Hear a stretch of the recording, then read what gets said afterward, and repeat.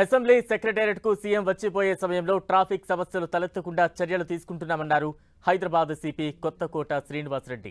తన రాకపోకల సమయంలో traffic ఆపుద్దని CM Revanth Reddy తమను ఆదేశించారని చెప్పారు సిపి.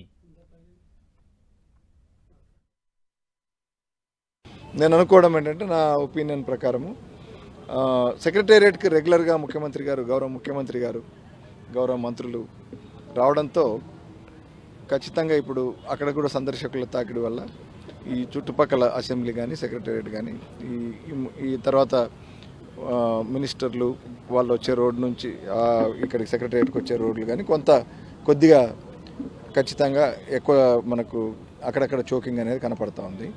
దానికి కూడా మేము తగిన ఆలోచన చేశాము. దాన్ని బట్టి కొంచెం చోకింగ్ తగ్గడానికి గౌరవ ముఖ్యమంత్రి గారు కూడా ఆదేశాలు ఇచ్చారు. నా వల్ల ట్రాఫిక్ ఇబ్బంది జరగకూడదని దానికి సంబంధించి కొన్ని సూచనలు కూడా చేశారు. అవి పరిశీలిస్తున్నాం. మోస్ట్ ప్రాబబ్లీ సిటిజన్స్కి ఎటువంటి ఇబ్బంది జరగకుండా మనం సాధ్యమైనంత సులభ రీతిలో అట్ ద సేమ్ టైం ఏమైందంటే గౌరవ ముఖ్యమంత్రి గారి లేకపోతే గౌరవ మంత్రులు వాళ్ళ మూమెంట్ కూడా ఇబ్బంది కలగకూడదు. ఆ రెండింటిని కోఆర్డినేట్ చేసుకుంటూ మేము చర్యలు తీసుకుంటాం.